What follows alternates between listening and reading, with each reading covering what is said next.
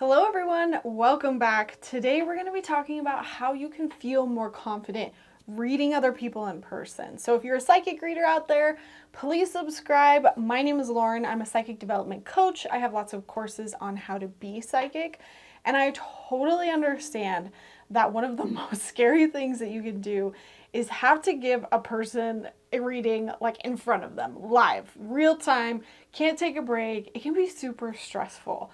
And I will say that when I learned how to become psychic, I went to classes in person. So I was thrown right in the deep end from the get go, and I had to learn how to read people in person from the start. So I'm actually super familiar with it, and I've learned a lot about it over the years. And even though a lot of my readings now are virtual, either through phone or video, I still do lots of in person readings. I do events, as well as like I meet up with people at their homes to provide them readings. And it can still make me nervous even to this day. And so I really believe that if you are trying to grow your psychic abilities, that pushing yourself to that level, if you're comfortable, I really think it can really make you a more complex reader. Like, I really think it'll develop your skills and it'll teach you new things about your psychic abilities, about your guides, about your clients, that'll really just push you to being a better psychic. Not saying that this is for everybody, but I assume if you're here watching this video, it's something that you do want to do. So I'm going to be giving you my basic tips for how to read people in person to where you feel more comfortable doing so. And just remember, I already have video courses where I talk about a lot of this in depth, as well as like growing your psychic business. So if you haven't checked those out already, go ahead and look at them in the description down below. But let's go ahead and jump into these tips. Now, my first tip is to start practicing with friends and family. And I know a lot of psychics say don't read your family, but I don't think it's a problem when you're starting out, when you're learning. As long as you're not going into any like deep stuff. We're just reading for funsies, right? So find friends and family that are comfortable with this. Obviously, you don't want to be reading them if they are not okay with it. Or don't approve of this kind of stuff. But I think it's a great starting point because those are often the most supportive people in your life, and they know you're learning and you have a sense of familiarity and comfortability with them. So really, you're not having to worry about it being a stranger. You're just practicing on somebody you already know. So I would really start there. Practice reading your friends and family in person, also because you can do that more often.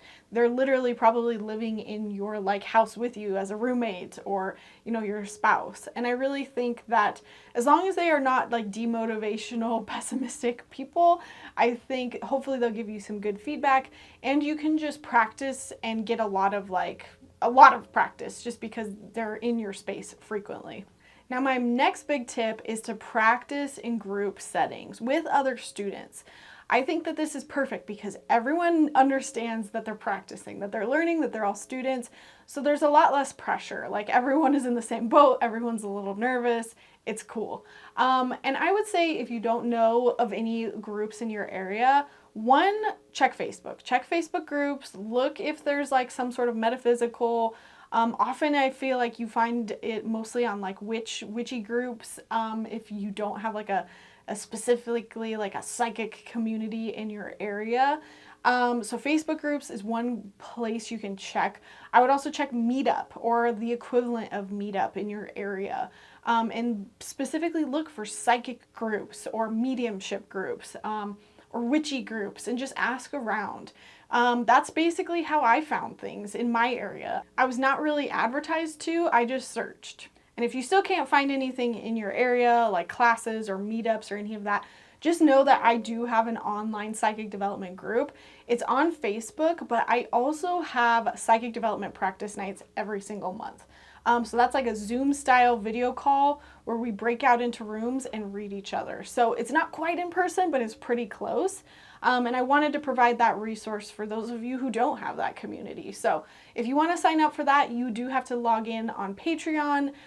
It's basically $7 a month at the current time, and you can jump in and practice reading other people. And that kind of leads me to my next point. I think you can start small and then scale up. So if you really feel uncomfortable reading people, like even via video or phone call, start with just emailed readings, like say, hey, send me your questions.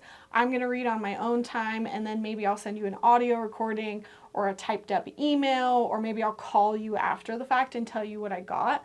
That gives you the space. You can take your time. You can go really far into it. You can do it a couple times if you don't feel super confident, and then you can talk to them about it.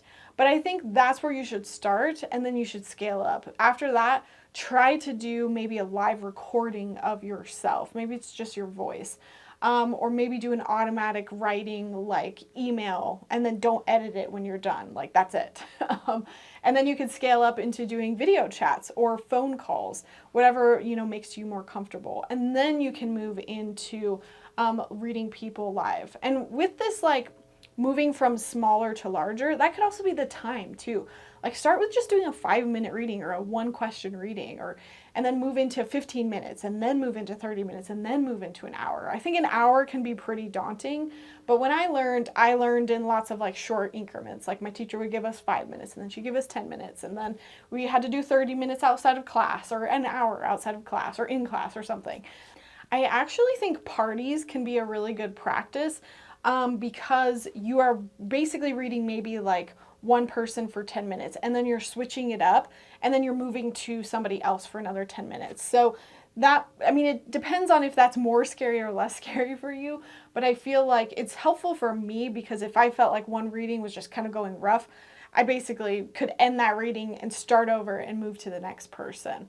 And I've talked about this before in a podcast on like group readings, but I think that reading people at parties is also just crazy helpful, because you're meeting all types of people, you're coming across all types of obstacles. Not saying like it's just like ridden with obstacles, but you just learn a lot because you're saturated with a lot more clients, if that makes sense. So in a lot of ways, you get a lot more practice that way. So start small and then scale up. You don't have to go from 0 to 100. Now, another tip that I have is really try to separate from any like social anxiety that you have. This could just be like general anxiety of just meeting with other people, but that can definitely affect your readings. And I think if you're nervous, if you feel like you're not good at small talk, like all of that kind of stuff, really set that aside. You don't have to engage in, that social conversation if you don't want. I think it is helpful to set a good impression before you're reading. However, when you show up and when you do the reading, like what I would always do when I was nervous is I would just say, and I still do this now, I say all of those nerves and fears about talking to this other person is I'm going to move it over here in my brain and section it off and just pretend that it doesn't exist. And I am just focusing on the intuitive hits. That is, it's just me and spirit here. I'm not worried about impressing this other person or what they think about me.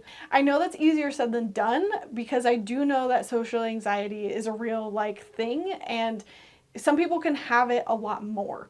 So I feel like if your social anxiety is very high, I do think that you kind of need to work with that before you jump into trying to read somebody. Because if your social anxiety is over here screaming at you and you're trying to do a reading at the same time, I just don't think you can fully quiet that down enough to provide a good reading. Now, I don't want that to stop you. Please don't let that stop you. I think you can still work through it. There's definitely times where I've had anxiety going into a reading, but that didn't mean I canceled the reading ahead of time. I just kind of said, okay, cool, I'm feeling anxious right now. Anxiousness, you can take the back seat. I'm ignoring you right now because I'm focusing on my intuitive self right now.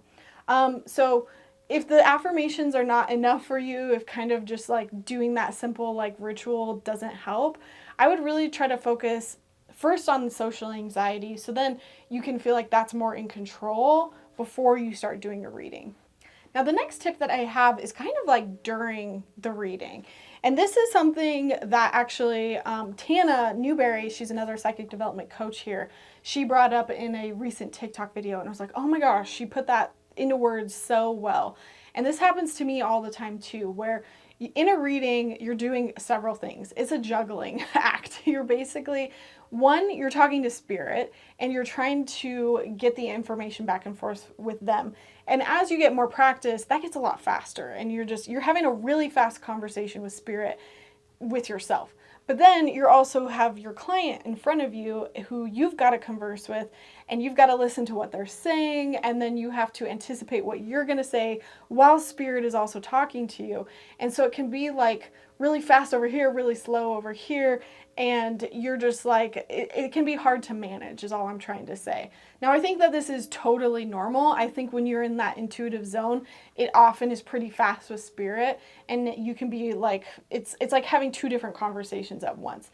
So you just have to get comfortable with that, and really it's about just practice, knowing how to slow down your client or slow down spirit to like have everybody shush for a second. Like, it's just a matter of getting used to it, I guess I should say. So I just want to bring it up as like, that might be something that's a little nerve-wracking, but it's totally normal, and it's just a balancing act that you have to kind of like figure out. Now, my next tip is to stick to an outline. If you've taken my courses, I provide this like exact outline for you. In my Psychic Development Masterclass, there's actually going to be a printable version.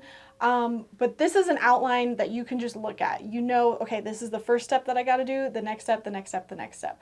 And sometimes when you have an outline of what you're supposed to do, it just provides comfort. It provides familiarity. You know what you're doing, and there's, you know, you're just following kind of like the list. And sometimes that just makes us a little bit more comfortable. It makes us feel a little bit more in control. And in general, that might look like, okay, we're going to meet each other. I'm going to go use the restroom. We're going to have a little bit of small talk. Then I'm going to describe my process, and then we're going to do a meditation, and then we're going to jump into the reading, and then I'll take payment. Or no, then I'll like maybe close out, turn off my abilities, do all of that, you guys know, and then take payment, and then I'll say my goodbyes. Again, if you want to know more about like what that outline looks like for me, go ahead and check out my courses. Now, my next biggest tip, this is the big one, is that you have to know how to remove blocks in the middle of a reading. So there's removing blocks to your psychic ability outside of readings, but there could be blocks that happen in the middle of a reading while it comes up. And when you're live in person, it can happen even more. Like, I don't want to say that as like a hard and fast rule. You might find that this actually is way easier for you. But like, if all of a sudden you get super embarrassed because your stomach just growled and the other person like heard that or something, that could be a block to your psychic ability, and you have to learn how to move through it. And I kind of talked about this in my video about like all the different ways in which you can read. Like, I talked about the pros and cons of like reading in person, doing it on phone, doing an email. So definitely check that out if you haven't already. But I talked about that because, you know, in the middle of a live reading, you can't really escape, you know what I mean? You can't like just run away and be like, ah, you can't hang up the phone. Not that I recommend you doing that, but the point here is that there's going to be blocks that come up mid-reading, and there might be blocks unique to live readings that, you know, you might not have when you're doing like an emailed reading. But the biggest thing is knowing how to push through those and not let them affect you, how to shake off that energy and keep moving forward and keep getting psychic hits. There's all sorts of techniques that you can do to kind of reset the energy and get yourself unstuck. So if you need to learn more about block removal, start with my free YouTube video. Otherwise, my Psychic Development Masterclass is going to cover this in very, very big detail on how to remove it both outside of readings and during the middle of readings. My next tip is to know what to do when you're not getting anything. So this is a little different than like a block coming up and preventing you from getting hits. I mean, it could be a block, but this is more like when you're sitting there and you're in silence. And that, I feel like that happens more with like live readings, and it's that nervousness, it's that anxiety creeping in. And maybe that anxiety and nervousness is causing you to not really get into that intuitive state of mind. You're not in that flow state. You're not being receptive or present because you're worried about so many other things. There's a lot of reasons on why that can happen, but essentially I have a whole video on that as well, and I'll link that up above. So just know how to get present, how to get into that receptive state, even when you're sitting in front of somebody and you maybe only had like a minute or two to do it. My suggestions would actually be to go to the bathroom ahead of time, to go do this in the bathroom and try to kind of hold that energy into the reading. Or what I used to do when I really needed it was I would lead my clients through a meditation at the beginning. It was more for me to just calm myself, get present, and get into that receptive, intuitive mind. And my last suggestion is to visualize the entire reading from start to finish. This was something that my coach Karen Fox gave me, and I have used it to this day. There's something about like visualization that can really help you feel more comfortable and confident. So if I'm about to go into an event or I'm about to go into somebody's house, I just mentally walk through the whole entire thing. Okay, I'm gonna go in, I'm going to put down my coat, I'm gonna say hi. Like it doesn't need to be like minutely perfect, but just have a visualization of the best case scenario. Because I think what happens sometimes is our anxiety gets the best of us and we just think about all the ways that it could go wrong. But if you're constantly visualizing, there's actually a lot of study around visualizations and how the more often you do it, the more often you kind of create those situations because you know what to expect, because you feel comfortable, because in your subconscious you've kind of told yourself this is what it's going to look like. Just know to be flexible with it. Like it shouldn't be so rigid that if something like goes off plan, you're gonna just like have a meltdown, obviously. But I think this is more about just getting into like the mental zone. I think people even say this with like sports, like mentally go through the game before you're gonna go through it. I think at the minimum, this gets you into a law of attraction sort of state where you're just like, this is what I want, this is what I expect, and this is what I'm gonna get. And I think that can provide some comfort and ease your anxiety. So those are some of my most important tips that I would suggest if you're trying to read people in person. Just know to trust yourself, have confidence. Confidence is key to all of this. So let me know if you have any more questions, any specific challenges that you might have experienced trying to read other people, and I will try to answer in the comments down below. Other than that, check out my video courses because I've probably covered it in detail already. But thank you all so much for watching, and feel free to give this video a like if you thought it was helpful, and I will see you in my next one. Bye!